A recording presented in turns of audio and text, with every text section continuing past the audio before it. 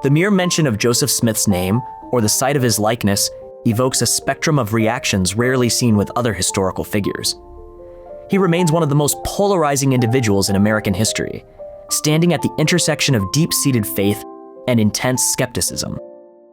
Depending on the theological or historical lens applied, Smith is viewed as everything from a spiritual messenger chosen by God to a misguided person and a great deceiver. Some in the Restoration movement, which holds that the church was restored in 1830 in association with Joseph Smith and others, believe that Smith was a true prophet during the period of Book of Mormon translation, but later fell into error. It is said here that Joseph Smith was a young man chosen specifically for the translation of the Book of Mormon, but whose divine mandate did not extend into a lifelong prophetic office. Others might believe that Joseph Smith was called to translate the Book of Mormon and was then endowed with other spiritual gifts that followed him until his death. Mainstream Christians, including the Protestant movement and Catholicism, generally classify Joseph Smith as a false prophet, viewing his revelations as a departure from established biblical canon. They point to things in the Book of Mormon that they believe conflict with the Bible. These groups also mention polygamy, money digging, false prophecy, and other evils they associate with Joseph Smith's character based on historical evidence, whether true or false. There is, lastly, the secular and historical interpretation of Joseph Smith, a man of some courage and charisma who built a massive movement despite persecution and social upheaval. It is certain that many who might watch this already have their minds made up regarding Joseph Smith.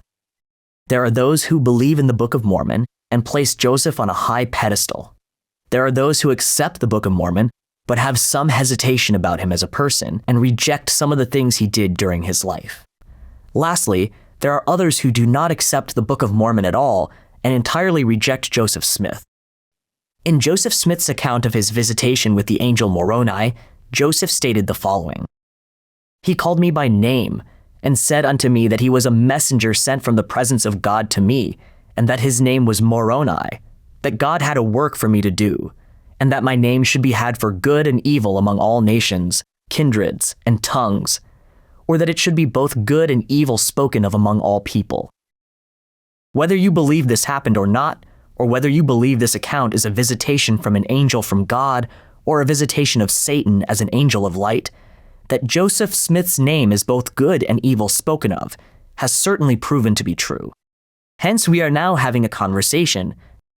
In 1838, Joseph Smith said this about his early years between the ages of 14 and 17. During the space of time which intervened between the time I had the vision and the year 1823, having been forbidden to join any of the religious sects of the day, and being of very tender years, and persecuted by those who ought to have been my friends, and to have treated me kindly, and if they supposed me to be deluded, to have endeavored in a proper and affectionate manner to have reclaimed me, I was left to all kinds of temptations. And, mingling with all kinds of society, I frequently fell into many foolish errors, and displayed the weakness of youth, and the foibles of human nature, which I am sorry to say led me into divers temptations, offensive in the sight of God. In making this confession, no one need suppose me guilty of any great or malignant sins. A disposition to commit such was never in my nature, but I was guilty of levity, and sometimes associated with jovial company, etc., not consistent with that character which ought to be maintained by one who was called of God as I had been. But this will not seem very strange to anyone who recollects my youth and is acquainted with my native cheery temperament. In consequence of these things, I often felt condemned for my weakness and imperfections, when, on the evening of the above-mentioned 21st of September, after I had retired to my bed for the night, I betook myself to prayer and supplication to Almighty God for forgiveness of all my sins and follies, and also for a manifestation to me, that I might know of my state and standing before him. For I had full confidence in obtaining a divine manifestation, as I previously had one. Joseph Smith, as he recounts it here, had remorse for his actions during those early years. For many of us, the behavior we exhibited during our early teenage years was not at our best. This seemed to be the case with Joseph Smith. Joseph wondered how his behavior had affected his state with God. He also said the following around the summer of 1832. I fell into transgressions and sinned in many things which brought a wound upon my soul, and there were many things which transpired that cannot be written. And my father's family have suffered many persecutions and afflictions. And it came to pass, when I was 17 years of age, I called again upon the Lord, and he showed unto me a heavenly vision. For behold, an angel of the Lord came and stood before me. And it was by night, and he called me by name, and he said, The Lord had forgiven me my sins. Joseph also said the following regarding his attempts to get the Book of Mormon plates. I straightway made 3 attempts to get them, and then, being exceedingly frightened, I supposed it had been a dream or vision. But when I considered, I knew that it was not. Therefore I cried unto the Lord in the agony of my soul, Why can I not obtain them? Behold, the angel appeared unto me again and said unto me, You have not kept the commandments of the Lord which I gave unto you?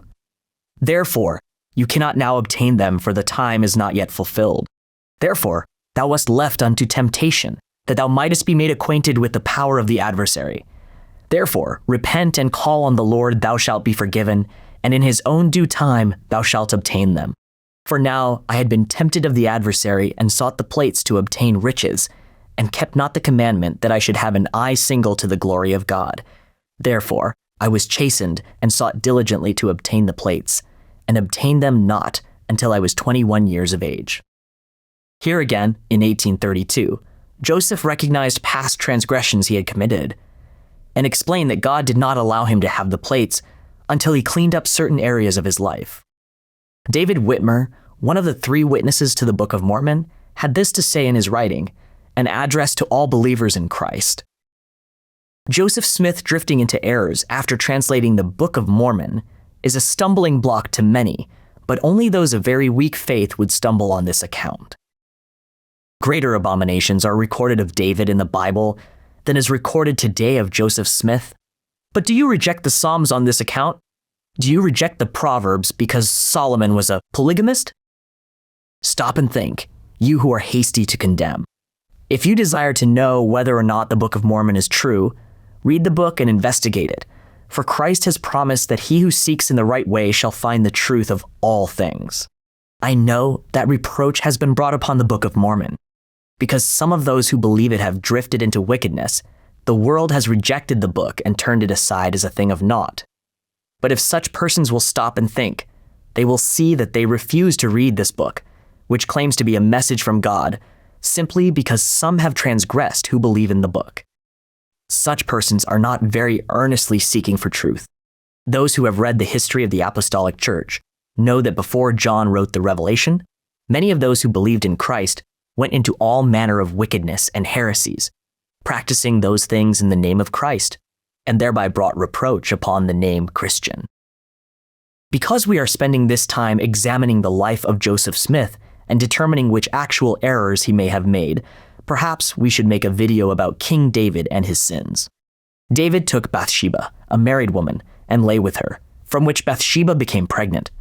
To cover it up, David then murdered Uriah, Bathsheba's husband. David also had 8 wives, committing polygamy. This was after they were told by the Lord not to take multiple wives. Perhaps we should make a video about King Solomon, the wisest man who ever lived, but who later fell into error through idol worship, the building of pagan altars, and having 700 wives and 300 concubines. Peter, after spending one-on-one time with the Lord, denied the Lord 3 times. Should we eliminate the Epistle of Peter from the Bible as a result? Paul, who wrote most of the New Testament epistles that are used throughout the world by Christians, approved of the persecution of Christians before his conversion and was an unbeliever in the Christian faith. Paul called himself the least of the apostles. He lamented because of his sins. Moses killed an Egyptian and later disobeyed God, yet we have his writings in the Old Testament. Jonah disobeyed God and fled from what God had directed him to do. Jonah was selfish and would rather not see Nineveh repent and turn to the Lord. Who else in the scripture should we spend time trying to defend and discuss the sins they did or may have committed? In these examples, we have those who committed transgressions before, during, and at the end of their ministry. Yet we do not throw away the good work they did for the Lord. If you were asked by God to translate a book that was written by a lost tribe of Israel for the benefit of people everywhere, Do you think you would do a better job than Joseph Smith? Would it not be expected that Satan would do all that he could to put into question Joseph Smith's character? His character was not perfect, as is no one's character, except for our Lord. What was said about Jesus by the Jews when Jesus ministered among men? What lies were told by the Jews regarding his resurrection? Christ was called a false prophet in those days. Apologetics is the practice of providing a reasoned, logical defense against objections. It involves defending the truth that one believes in and the reliability of source material, often using rational arguments. Christ spent his time reasoning with the Jews and defending the claims regarding himself in the gospel. Is it necessary to produce content such as this to review the topic of the Book of Mormon and Joseph Smith? There are some who will consider these things, not yet having made decisions on the matter. These are the ones to whom this is provided. Even if it were for the benefit of just one person, it would be worthwhile. There are others who would surely use the material provided even herein to further attempt to discredit the coming forth of the Book of Mormon. It is perhaps impossible to change these people's minds on the matter. It should be noted that investigating the claims made against Joseph Smith requires extensive research. It may not appeal to each person to learn about these topics in depth, and what has already been said might be sufficient. If we disregard the Book of Mormon because of Joseph Smith's mistakes, we will need to be more selective about which parts of the Bible we use, as we find errors and, in some cases, gross iniquities in the lives of those who gave us those scriptures. In summary, we must be careful not to throw away the good things a person might do in their life because of the mistakes they also might make. This applies not only to Joseph Smith and people in the Bible, but also to any of us.